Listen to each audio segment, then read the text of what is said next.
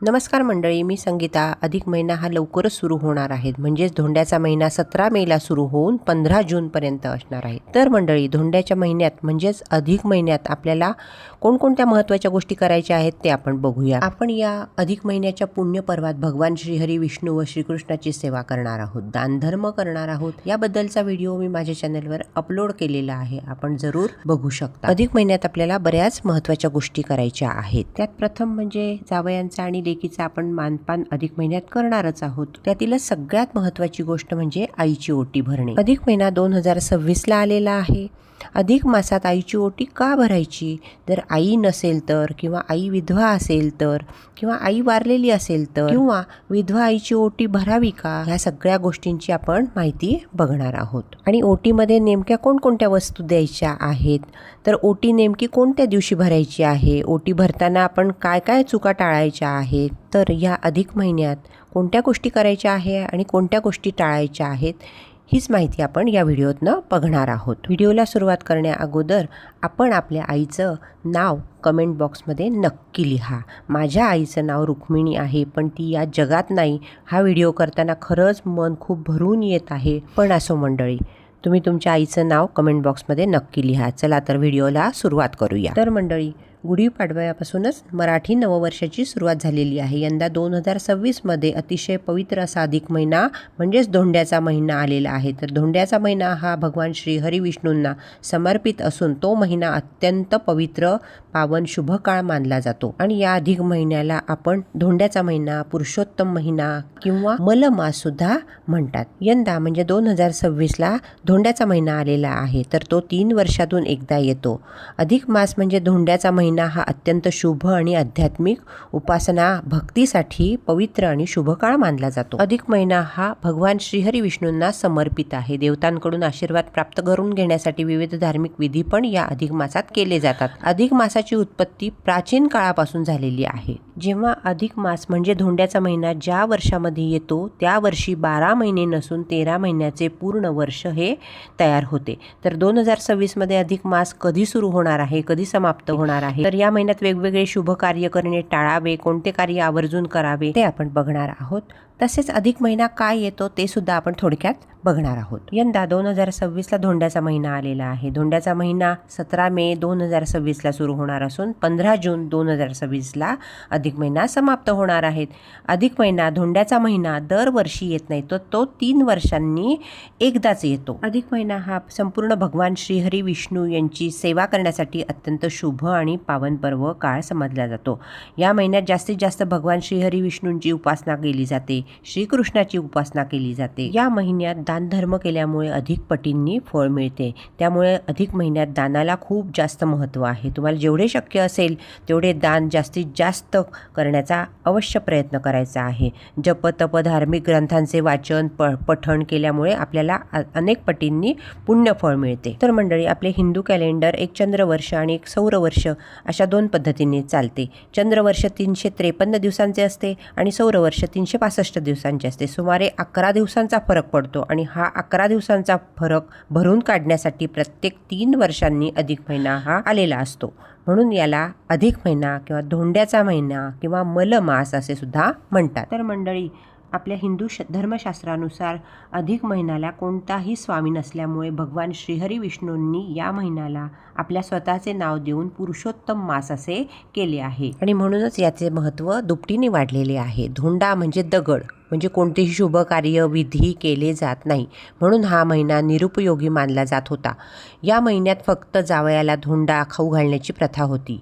या महिन्यात जावयाला 30 आणि 3 म्हणजे 30 अधिक 3 अनारसे किंवा धोंडे दान दिले जातात. आता धोंडे म्हणजे काय, तर धोंडे हे पुरणाचे तयार केले जातात आणि ते लेक जावयाला खाऊ घातले जातात. म्हणूनच ही प्रथा आत्ता सुद्धा प्रत्येक घरी चालू आहे. म्हणूनच धोंड्याच्या महिन्यात खास करून लेक आणि जावयांचा मानपान केला जातो. आणि जर आपण अधिक महिन्यात जावयाचा मानपान केला तर जावयाला उत्तम आरोग्य, ऐश्वर्य, संपत्ती प्राप्त होते. आपल्या ऐपतीनुसार आपण जावयाला दान करायचे आहे. त्यात प्रथम आपल्याला उत्तम पोशाख करायचा आहे जावयाला, धोंडा खाऊ घालायचा आहे.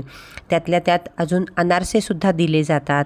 30 आणि 3 म्हणजे 33 अनारसे दिले जातात. अनारसे नको असतील तर बत्तासे देतात. आणि जावयाला जर बत्तासे अनारसे आवडत नसतील तर तुम्ही जाळीदार काहीही देऊ शकता. त्यात म्हैसूर पाकसुद्धा येतो. म्हैसूर पाकसुद्धा तुम्ही त्यांना देऊ शकतात. याचबरोबर जावयाला आपल्याला एक दिवासुद्धा द्यायचा आहे. मग तो दिवा चांदीचाच द्यायला पाहिजे असे काही नाही. कुठल्याही धातूचा तुम्ही दिवा जावयाला देऊ शकतात. अशा प्रकारे जावयांचा मानपान केला जातो. तसेच या महिन्यात आपल्या ऐपतीप्रमाणे जे काही शक्य होईल ते आपल्याला दान करायचे आहे. तर त्यात आपल्याला अन्नदान, वस्त्रदान आणि 33 वस्तूंचं दान हे आवर्जून करायचे आहे. तसेच मंडळी, या महिन्यात ओम नमो भगवते वासुदेवाय नमः या मंत्राचा जास्तीत जास्त जप करता येईल तेवढा करायचा आहे. तसेच भगवान श्रीहरी विष्णूंच्या नामांचा सुद्धा जप करायचा आहे. विष्णू सहस्त्रनामाचे पठण करायचे आहे. जर तुम्हाला वाचता येत नसेल तर तुम्ही मोबाईलवर सुद्धा ऐकू शकता. भगवद्गीतेचे पठण करणे अत्यंत लाभदायक व शुभ मानले जाते. अधिक मासात शक्य असेल तर एखाद्या पवित्र धार्मिक स्थळाला,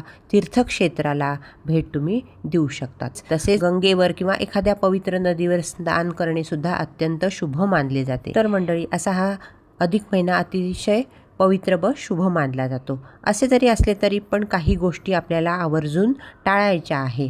तर या अधिक महिन्यात काही काही गोष्टी आपल्याला करता येत नाही. त्यामध्येच विवाह करणे, नामकरण करणे, गृहप्रवेश करणे, भूमिपूजन करणे, नवीन कार्याची सुरुवात करणे ह्या गोष्टी मात्र आपल्याला करता येत नाहीत. आता या अधिक महिन्यात सगळ्यात महत्त्वाची गोष्ट म्हणजे आपल्या आईची ओटी भरणं. प्रत्येक मुलीने अधिक महिन्यात आपल्या आईची ओटी नक्की भरायची आहे. कारण या महिन्यात आईची ओटी भरायला खूप जास्त धार्मिक महत्त्व सांगितलेले आहे. त्याचप्रमाणे तिने आपल्याला जन्म दिलेला आहे, हे जग दाखवलेले आहे. त्या आपल्या आईची ओटी भरणं, तिचा मान सन्मान करणे हे प्रत्येक मुलीचं कर्तव्य म्हणून हे शुभ कार्य आपल्याला करायचं आहे. म्हणून अधिक महिन्यात आईची ओटी नक्की भरायची आहे. आपल्या आईच्या ऋणांची जाण ठेवणे, तिच्याबद्दल कृतज्ञता व्यक्त करणे, तिला दीर्घायुष्य लाभावे, जन्मोजन्मी आपल्याला हीच आई मिळावी यासाठी भगवंताकडे प्रार्थना करणे हा मुख्य उद्देश असतो. तर मंडळी, तिने लहानपणापासून ते आत्तापर्यंत लहानाचे मोठे केलेले असते. आपल्याला आपण सदैव आनंदी राहावे म्हणून ती प्रयत्न करत असते. कोणतेही दुःख आपल्या वाट्याला येऊ नये म्हणून तिचा अट्टहास असतो. यासाठी ती सदैव झटत असते. सगळ्यात जास्त ती काळजी करत असते. ती सदैव आपली काळजी घेत असते. एरवी आपण आपल्या आईसाठी या वस्तू कधीही घेत नाही. उलट प्रत्येक आई आपल्या मुलीसाठी काही ना काही करत असते. तिचे उपकार फेडण्यासाठी अधिक महिन्यात आईची ओटी मात्र आपण आवर्जून भरली पाहिजे. तर मंडळी, ज्योतिषशास्त्रानुसार अधिक महिन्यात आईला केलेले दान हे थेट भगवंताकडे पोहोचते असे म्हटलं जातं. आता या अधिक महिन्यात आईची ओटी कोणत्या दिवशी भरावी? तर अधिक महिना सुरू झाल्यापासून अधिक महिना संपेपर्यंत तुम्ही कोणत्याही दिवशी आईची ओटी भरू शकता. जर तुम्हाला शक्य असेल तर तुम्ही आपल्या आईची ओटी मंगळवारी किंवा शुक्रवारी भरण्याचा जास्तीत जास्त प्रयत्न करायचा आहे. कारण देवीची आपण ओटीसुद्धा मंगळवारी किंवा शुक्रवारीच भरत असतो. तसेच आपली आई देखील देवीपेक्षा कमी नाही. म्हणून तुम्हाला शक्य असेल तर तुम्ही याच दिवशी मंगळवारी किंवा शुक्रवारी आईची ओटी भरायची आहे. परंतु या दोन्ही दिवशी जर जमलं नाही किंवा काही अडचण असेल तर तुम्ही जेव्हा वेळ असेल अधिक महिन्यात तेव्हा तुम्ही ओटी भरू शकता. पण मंडळी, काही जणींना आईच नसेल किंवा त्यांची आई वारलेली असेल किंवा काही मुलींची आई विधवा असेल, तर अशा मुलींनी काय करायचं तर ते आपण बघूया. तर मंडळी, आपण जिला आईप्रमाणे मानतो, मग ती मावशी असेल किंवा आपली मोठी बहीण असेल, तर तीसुद्धा आपल्या आईच्या ठिकाणी असते. तीसुद्धा आईप्रमाणे आपली काळजी घेत असते. मग तुम्ही तुमच्या मोठ्या बहिणीची सुद्धा ओटी भरू शकतात किंवा तुमची चुलती किंवा काकू यांचीसुद्धा तुम्ही ओटी भरू शकतात. जे कोणी तुमचे आईप्रमाणे करतात त्यांची तुम्ही ओटी भरू शकतात. आई नसेल तर काकू, चुलती, मोठी बहीण किंवा तुमची शेजारी पाजारी जे कोणी असतील की जे तुमचे आईप्रमाणे तुमची देखभाल करत असतील त्यांची तुम्ही ओटी भरली तरी काहीच हरकत नाही. जे कोणी तुम्हाला आईप्रमाणे, बहिणीप्रमाणे प्रेम करत असतील, माया लावत असतील त्यांची तुम्ही ओटी आवर्जून भरायची आहे. आता मंडळी, तुमची आई जर विधवा असेल तर तिची ओटी भरता येणार नाही. तर अशा वेळी काय करायचं, तिच्या आवडीची वस्तू तुम्ही तिला प्रेझेंट देऊ शकता किंवा एखादी छानशी साडीसुद्धा द्यायला काहीच हरकत नाही.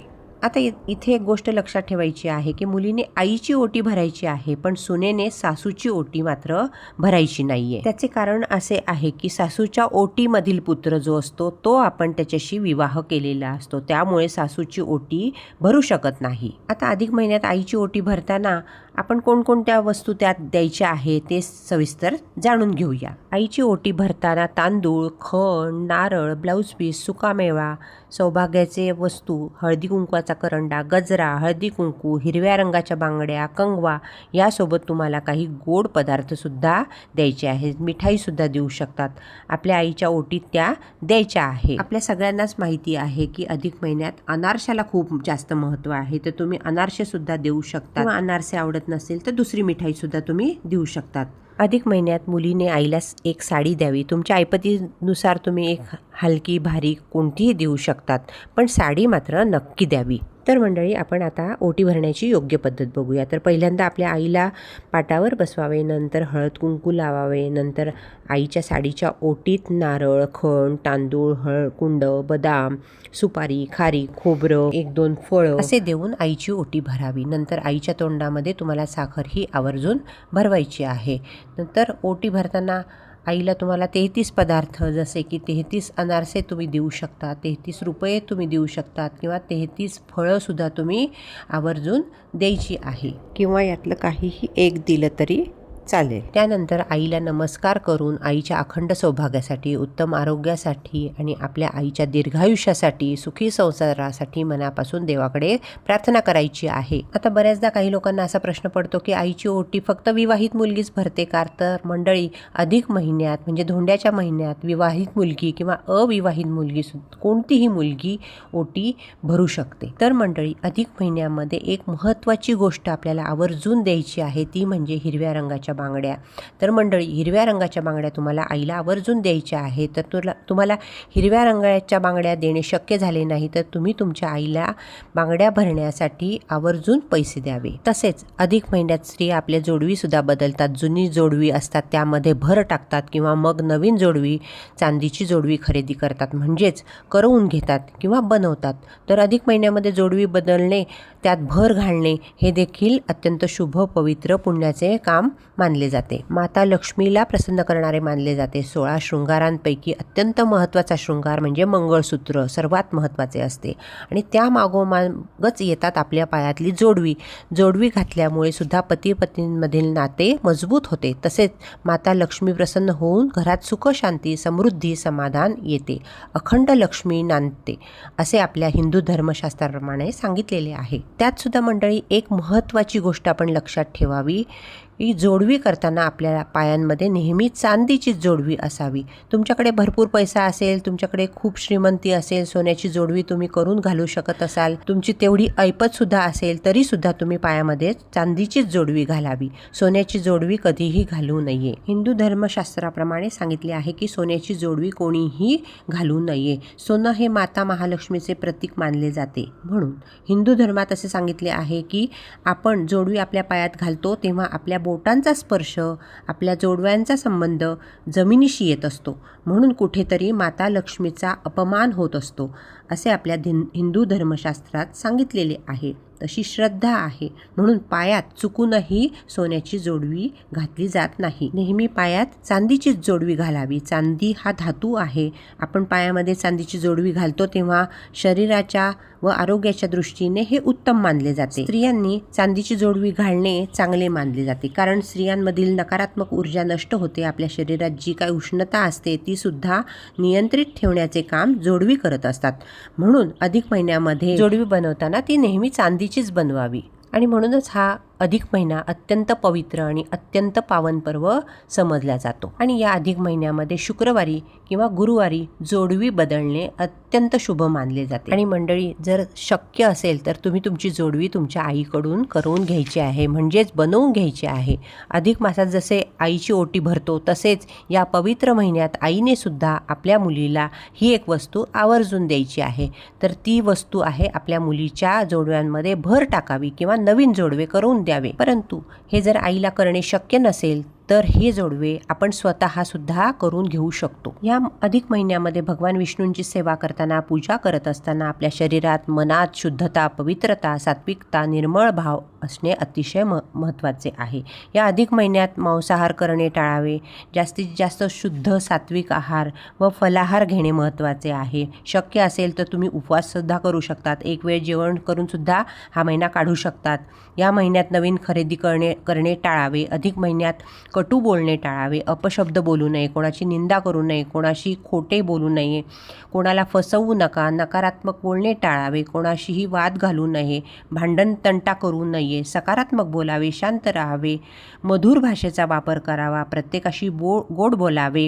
हे तर आपण एरवीसुद्धा करू शकतो, अगदी अधिक महिन्यातच केले पाहिजे असे काही नाही. तर मंडळी, अधिक महिन्यात दानधर्माला अतिशय महत्त्व आहे. अन्नदान, वस्त्रदान करू शकतात, 33 वस्तूंचे दान करू शकतात. मग त्या 33 वस्तूंमध्ये 33 पदार्थ किंवा कोणत्याही 33 वस्तू किंवा 33 अनारसे, मिठाई दान करू शकतात. हे दान करत असताना एक गोष्ट मात्र लक्षात ठेवायची आहे, आपल्या मनामध्ये कोणत्याही स्वार्थ, लालसा न ठेवता हे दान शुद्ध अंतकरणाने, निर्मळ मनाने, कोणताही स्वार्थ न ठेवता निरपेक्ष भावनेने हे दान आपल्याला करायचं आहे.